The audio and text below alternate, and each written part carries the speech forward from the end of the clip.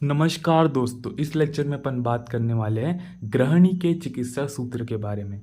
तो यहाँ पर सबसे पहले क्या बताते हैं, ग्रहणी रोग रोग से पीड़ित रोगी में अपन को स्नेहन, स्वेदन, शोधन डेट इज वमन, विरेचन, लंघन, दीपन, चूर्ण, लवण, क्षार, मधुवरिष्ठ, सूरा, आसव, अनेक प्रकार के तक्रों का प्रयोग और जठर अग्नि को प्रदीप्त करने वाले घृतों का प्रयोग करना चाहिए। तो यहाँ पर देखो, इनने पूरी ही पंचकर्म विधि बता दी एक टाइप से।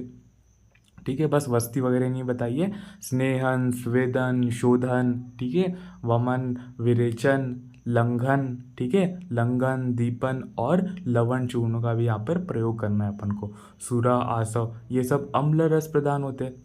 सूरा, आसव, तो ये क्या बढ़ाएगी, अपनी अग्नि को बढ़ाएंगे। और जठर अग्नि को प्रदीप्त करने वाले घृतों का भी यहाँ पर अपन को प्रयोग करना है। तो ये हो गया इसका चिकित्सा सूत्र। यहाँ पर इंपॉर्टेंट क्या है, तक्र का भी अपन को यहाँ पर प्रयोग करना है। इसके बाद में इसके चिकित्सीय योग में आ जाते हैं। ठीक है, तो चिकित्सीय योग में बहुत इंपॉर्टेंट है, सबसे पहले आ जाते हैं घृत। अपन कौन कौन से घृत का यहाँ पर यूज़ करेंगे, तो सबसे पहला है दशमूलाद घृत। ठीक है, दशमूलाद घृत, पंचमूलाद घृत। तो देखो, दशमूल भी यूज़ कर लिए, पंचमूल भी यूज़ कर लिए। इसके बाद में चंदनयाद घृत और चार घृत। ठीक है, दशमूलाद घृत, पंचमूलाद घृत, चंदनयाद घृत और चार घृत। ठीक है, ये चार घृत हो गए। इसके आगे चलते हैं चित्रकादि वटी। ये देखो, चित्रकादि वटी का वर्णन अपन को यहाँ पर मिल रहा है। ये बहुत कॉमन है, सारी ओपीडी में मिल जाती है चित्रकादि वटी। लेकिन यहाँ पर इम्पोर्टेंट क्या है, यहाँ पर मातुलुंगी या फिर यहाँ पर दाड़िम से के स्वर से यहाँ पर इसको भावना दी जाती है। ठीक है, मातुलुंगी नींबू जो होता है, ठीक है, मातुलुंगी नींबू या फिर दाड़िम के स्वर से यहाँ पर इसको भावित किया जाता है। ये आमदोष पाचनार्थ और जठर अग्नि को प्रदीप्त करने वाला होता है। आमदोष को पाचन करेगा, आमदोष का, और जठर अग्नि को बढ़ाने वाला ये होता है चित्रकादि वटी।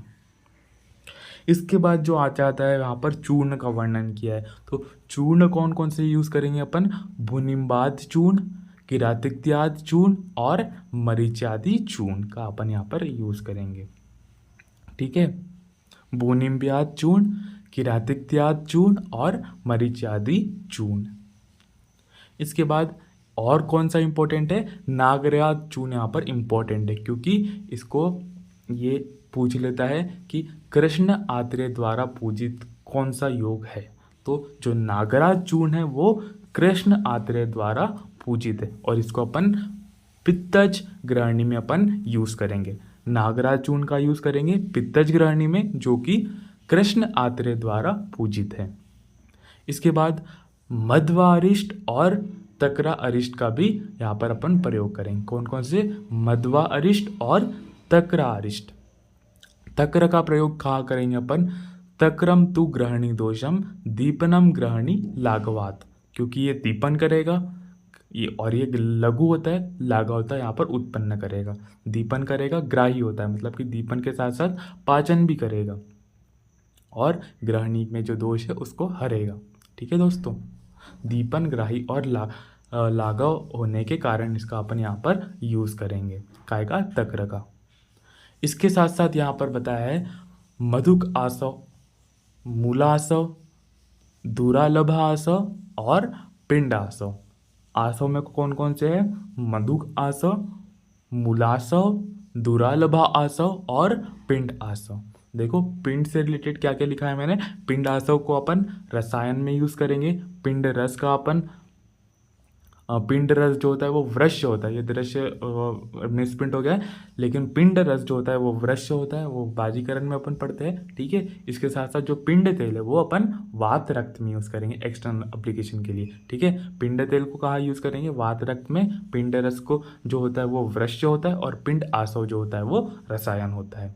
तो देखो, यहाँ पर अपन रसायन का यूज़ कर रहे हैं, एक टाइप से पिंड आसव का यूज़ कर रहे हैं यहाँ पर। ठीक है, तो कौन कौन से, मधुक आसव, मूलासव, दुर्लभा आसव और पिंडासव।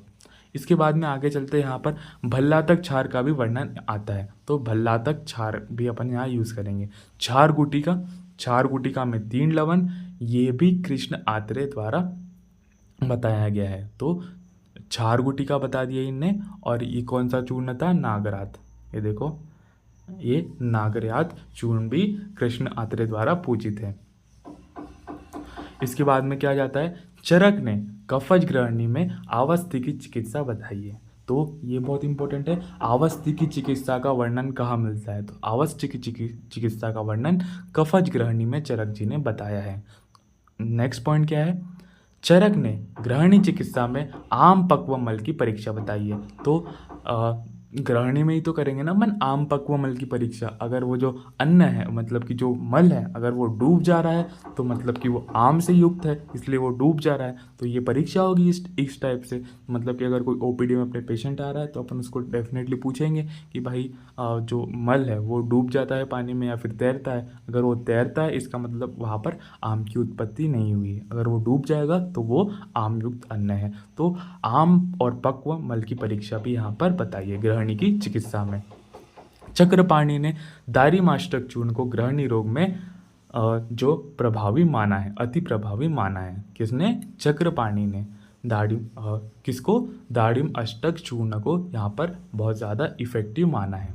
इसके साथ साथ ग्रहणी में जो तक्रपान की जो अवधि बताई है वो क्या है, 7 दिन से लेकर 1.5 महीना, 7 दिन से लेकर 1.5 महीने तक के अपन को तक्रपान कराना है। ठीक है, मिनिमम से मिनिमम 7 दिन और मैक्सिमम से मैक्सिमम 1.5 महीना। इसके आगे चलते अपन जो दुर्बल अग्नि में दीपनार्थ किसका यूज़ करना है, श्रेष्ठ स्नेह है। तो अपन ने स्नेह के गुण में पहले से ही पढ़ा है, शस्तम गी स्मृता मेध अग्नि बल आयु शुक्र चक्षुषाम। ये चरक जी ने ही लिखा था सूत्र स्थान में। तो यहाँ पर क्या आता है, अग्नि भी आता है। शस्तम गी स्मृता मेध अग्नि बल आयु, मेध अग्नि आता है, अग्नि तो अग्नि को बढ़ाने वाला होता है, क्या होता है, स्नेह। मेध अग्नि बल आयु शुक्र चक्षुषाम, ऐसा श्लोक आता है घी के गुण में। तो ये अग्नि को बढ़ाने में ये श्रेष्ठ है, स्नेह का यहाँ पर मतलब कि यहाँ पर पर्टिकुलरली यहाँ पर जो अग्नि दीपन यहाँ पर करेंगे, इसलिए अपन ने इतने सारे ग्रंथ पढ़े हैं। ठीक है, यहाँ पर तो अग्नि को दीपन करने के लिए अपन स्पेसिफिकली ग्रंथ का मतलब कि स्नेह का यूज करेंगे। स्नेह में परम विदग्ध्या दुरालभ अनल दीपनम। ठीक है दोस्तों, यहाँ पर ये चैप्टर अपना कंप्लीट हो जाता है। नेक्स्ट चैप्टर अपन स्टार्ट करेंगे जो कि है पांडु चिकित्सा अध्याय। ठीक है दोस्तों, आज के लिए इतना ही।